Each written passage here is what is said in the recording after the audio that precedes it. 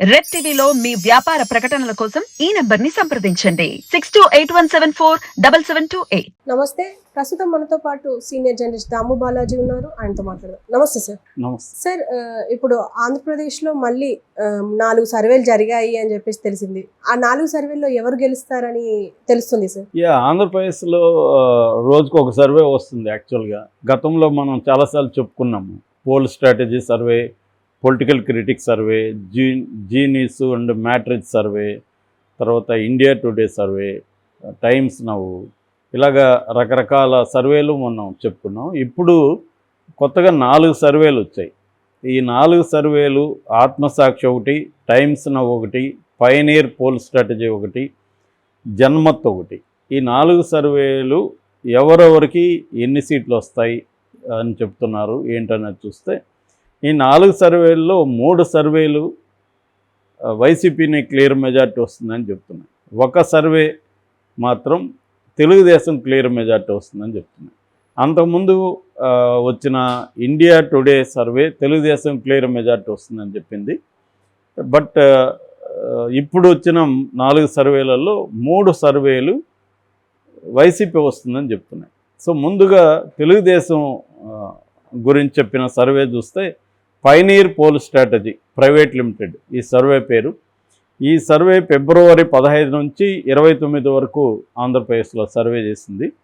ఈ సర్వే ప్రకారం జనసేన టీడీపీ కూటమి, అంటే దీంట్లో బీజేపీని చేర్చలేదు. ఈ 4 సర్వేలలో కూడా బీజేపీ ఎక్కడా లేదు. ఎందుకంటే ఈ సర్వేలు ఇంకా వాళ్ళు అనౌన్స్ చేయలేదు కదా, కూటమి అనౌన్స్ చేయలేదు కాబట్టి దాన్ని పరిగణలోకి తీసుకోకుండా పైనీర్ పోల్ సర్వే ఏం చెప్తుందంటే టీడీపీ జనసేన కూటమి 104 సీట్లు తెచ్చుకుంటుంది, అంటే క్లియర్ మెజార్టీ 104లో వస్తుంది. వైసీపీ ఏమో 49 నుంచి 49 సీట్లు వైసీపీకి.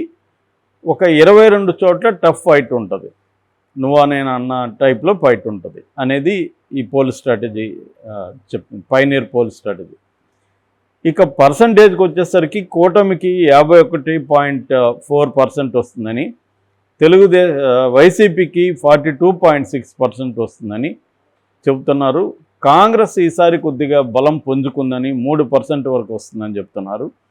బీజేపీ మాత్రం 1.3% వస్తుందని చెప్తున్నారు. ఇక అదర్స్ అయితే 1.4.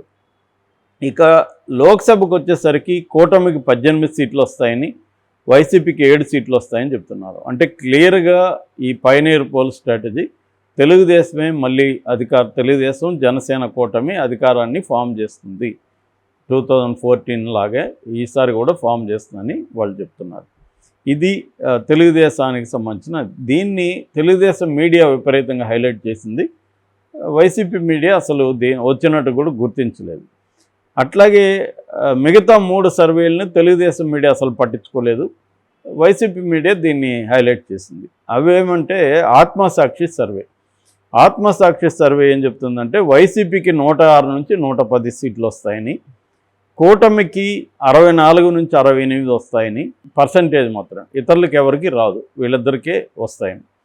సో పర్సంటేజ్ లెక్కేసుకున్నప్పుడు వైసీపీకి 48% వస్తుంది, కూటమికి 46.5% వస్తుంది, ఇతరులకు 3.25% వస్తుంది. అంటే ఆత్మసాక్షి సర్వే క్లియర్గా వైసీపీ మళ్ళీ అధికారంలోకి వస్తుందని చెప్తున్నారు. ఒకవేళ ఆత్మసాక్షి సర్వే ఇంకొక ప్రిడిక్షన్ కూడా చేసింది, బీజేపీ కలిస్తే ఎలా ఉండబోతుంది, బీజేపీ కలిస్తే వైసీపీకి ఎక్కువ మెజార్టీ వస్తుందని చెప్తున్నారు. అంటే బీజేపీ వల్ల జనసేన టీడీపీ కూటమికి నష్టం అనేది ఆత్మసాక్షి సర్వే చెప్తున్నది. బీజేపీ కలిస్తే ఇది ఎలా ప్రెడిక్ట్ చేస్తుందంటే వైసీపీకి 115 నుంచి 122, బీజేపీ కలవకపోతే 106 నుంచి 110, కలిస్తే 115 నుంచి 122 అనేది చెప్పింది. కూటమికి 60 నుంచి 65, అంతకుముందు 64 నుంచి 68 ఉంటాయి, ఇప్పుడు 60 నుంచి 65కి తగ్గిపోతుంది కూటమికి బీజేపీ కలవడం వల్ల. ఇక పర్సంటేజ్ చెప్పిందేమో 49% వైసీపీకి వస్తుంది, 45% కూటమికి వస్తుంది, ఇతరులకు 4% వస్తుంది అనేది ఈ బీజేపీ కలిస్తే. అంటే ఇది చాలామంది తెలుగుదేశంలో కూడా ఈ భయం ఉంది, బీజేపీ కలిస్తే ఒక మేజర్ ప్రాబ్లం ఏంటంటే బీజేపీ పట్ల రాష్ట్ర ప్రజలకి వ్యతిరేకత ఉంది. ఎందుకంటే బీజేపీ ఏ రకమైన మేలు చేయలేదు రాష్ట్రానికి. విభజన హామీలు ఏవి నెరవేర్చలేదు, ప్రత్యేక హోదా కానీ ప్యాకేజ్ కానీ ఇవ్వలేదు. తర్వాత ఇతర పోలవరం ప్రాజెక్టు కావచ్చు, రైల్వే జోన్ కావచ్చు, మెట్రో ప్రాజెక్టు కావచ్చు, ఉక్కు ఫ్యాక్టరీ కావచ్చు, అట్లాగే స్టీల్ ఫ్యాక్టరీని ప్రైవేటైజ్ చేయడం కావచ్చు, అమరావతి రాజధాని కావచ్చు, ఇలాగా ఏది కూడా చేయలేదు. కాబట్టి జనరల్గానే బీజేపీ పట్ల వ్యతిరేకత ఉంది. రెండో అంశం మైనారిటీస్ క్లియర్గా ఆల్రెడీ ఇప్పటికీ జగన్ వైపే ఉన్నారు 60-70%. మిగతా వాళ్ళు కూడా అటు వెళ్ళే అవకాశం ఉంది. మనకి కర్ణాటకలో కానీ ఈవెన్ తెలంగాణలో కూడా మైనారిటీలు బీజేపీని దూరం అయ్యి కాంగ్రెస్కి వెళ్ళారు. అక్కడ వైసీపీని ఎంచుకుంటారు. ఇంకా ఆల్టర్నేటివ్ వాళ్ళకి కాంగ్రెస్ అక్కడ లేదు కాబట్టి ఆటోమేటిక్గా వైసీపీ వైపు వెళ్ళే అవకాశం ఉంది. ముఖ్యంగా రాయలసీమలో వాళ్ళ ప్రజెన్స్ చాలా బలంగా ఉంటుంది, ముస్లింల పాపులేషన్. అందువల్ల ఆ మేరకు దెబ్బ తగులుతుంది అనేది అనుకుంటున్నారు. సో అది చూడాలి. ఇది కూడా ఈ సర్వే కూడా ఈ అభిప్రాయాన్ని రిఫ్లెక్ట్ చేసింది.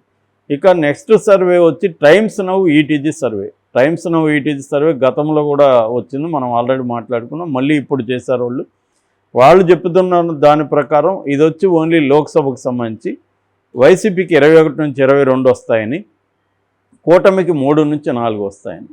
అంటే ఇది గత ఎన్నికల్లో వచ్చిన దానికి దగ్గరగా ఉంది వీళ్ళ సర్వే. గత ఎన్నికల్లో 49%, సారీ వీళ్ళు చెప్తున్న దాని ప్రకారం రాబోయే ఎన్నికల్లో 49%, గత ఎన్నికల్లో 50+% వాళ్ళకి వచ్చింది. ఇప్పుడు కొద్దిగా తగ్గుతుందని మాత్రం చెప్తున్నారు. కూటమికి 45% వస్తుంది, అదర్స్కి 6% వస్తుంది. ఇది టైమ్స్ నౌ ఈటీజీ. ఇక లాస్ట్ సర్వే జనమత్ సర్వే. జనమత్ సర్వే రెగ్యులర్గా చేస్తున్నారు ఎప్పటికప్పుడు. అది కూడా గతంలో కూడా మనం చెప్పుకున్నాం.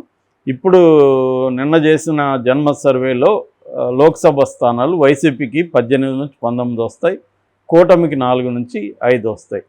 ఇది బేసిక్గా చెప్పింది. ఇంతకుముందేమో ఇండియా టీవీ సిఎన్ఎక్స్ సర్వే ఆ మధ్య వచ్చింది, అది కూడా వైసీపీకి వస్తుందని చెప్పారు. ఇండియా టుడే సర్వే ఏమో క్లియర్గా తెలుగుదేశానికి వస్తుందని చెప్తున్నారు. అంటే ఇక్కడ సర్వేలు మేజర్గా చూస్తున్నప్పుడు మెజారిటీ సర్వేలు వైసీపీ వస్తుందని చెప్తున్నారు. బట్ కొన్ని సర్వేలు తెలుగుదేశం వస్తుందని క్లియర్గా చెప్తున్నారు. అంటే డివిజన్ కనిపిస్తుంది మనకి. అదే తెలంగాణకు సంబంధించిన సర్వేల్లో అంత కాంట్రాస్ట్ లేదు. మేజర్ సర్వేలన్నీ కూడా తెలంగాణలో కాంగ్రెస్కే మెజారిటీ సీట్లు వస్తాయని చెప్తున్నారు. నెక్స్ట్ ప్లేస్ బీజేపీ అని, లాస్ట్ ప్లేసు బీఆర్ఎస్ అనేది దాదాపు అన్ని సర్వేలు ఇక్కడ అదే పద్ధతిలో చెప్తున్నాయి. కానీ ఆంధ్రప్రదేశ్కి వచ్చేసరికి ఒక రకమైన కన్ఫ్యూజన్ నెలకొనింది. దీన్ని బట్టి మనకు ఒక అర్థమవుతుంది ఏంటంటే స్వీప్ అనేది ఎవరి వైపు లేదు, టఫ్ కాంపిటీషన్ అయితే ఉండే అవకాశం ఉంది. అప్పటికప్పుడు దాని ఏమంటారు ప్రపోజిషన్స్ చేంజ్ అయ్యే అవకాశం అక్కడ కనిపిస్తూ ఉంది. అంటే వొలాటిలిటీ అంటారు మామూలుగా ఫైనాన్స్లో, ఎకనామిక్స్లో. అలాంటి ఒక ఊగిసలాట అనేది అక్కడ ఉండే అవకాశం కనిపిస్తుంది టఫ్గా. ఇంకోటి ఏంటంటే అక్కడ సర్వేల్ని పార్టీలు ఇన్ఫ్లుయెన్స్ చేస్తున్నారు అనేది కూడా పరస్పరం ఆరోపించుకుంటున్నారు. అంటే తెలుగుదేశానికి అనుకూలంగా వస్తేమో వైసీపీ వాళ్ళు మీరు సర్వేల్ని మీకు అనుకూలంగా మార్చుకున్నారని వాళ్ళు ఆరోపిస్తున్నారు, ఇటువైపు వస్తేమో తెలుగుదేశం ఆరోపిస్తుంది. ఆల్రెడీ టైమ్స్ గ్రూప్కి మీరు డబ్బులు ఇచ్చారు కాబట్టి మీకు అనుకూలంగా చేసిందని. అలాంటప్పుడు ఇండియా టుడే కూడా వాళ్ళు డబ్బులు ఇచ్చారు వైసీపీ వాళ్ళు. ఇండియా టుడే ఎడ్యుకేషన్ సమ్మిట్ కూడా తిరుపతిలో జరిగింది. కానీ మరి ఇండియా టుడే వాళ్ళేమో తెలుగుదేశానికే అధికారం వస్తుందని చెప్తున్నారు. సో ఈ కాంటెక్స్ట్లో ఈ సర్వేల్ని, ప్రీపోల్ సర్వేల్ని ఏ మేరకు నమ్మచ్చు మనం అనేది ఒక బిగ్ క్వశ్చన్గా మనకి మన ముందు ఉంటుందన్నమాట. ఎందుకంటే ఇందులో కొన్ని అసలు వాటి సైంటిఫిక్ ఇదేంటి, అవి ఎన్ని శాంపుల్స్ తీసుకుంటున్నాయి, దాన్ని ఎలా అనలైజ్ చేస్తున్నారు అనేది ఒక అంశం అయితే, రెండో అంశం దాని వెనక ఈ పార్టీలని సపోర్ట్ చేసేవాళ్ళే ఫైనాన్స్ చేసినారు అనుకో, అప్పుడు ఏం చేస్తాయంటే అవి 2 రకాల సర్వేలు చేస్తారు. ఒకటేమో హానెస్ట్గా సర్వే చేసి ఆ పార్టీకి ఇస్తారు, రెండోదేమో ప్రజల మైండ్ సెట్ని ఇన్ఫ్లుయెన్స్ చేయడం కోసం ప్రజల్ని గెలిచేది మేమే అని నమ్మించడం కోసం రెండో సర్వే రిలీజ్ చేస్తారు. కాబట్టి ఇప్పుడు ఈ సర్వేలను మనం అనలైజ్ చేసుకోగలం తప్ప దీని విశ్వసనీయతను మనం కరెక్ట్గా చెప్పలేం.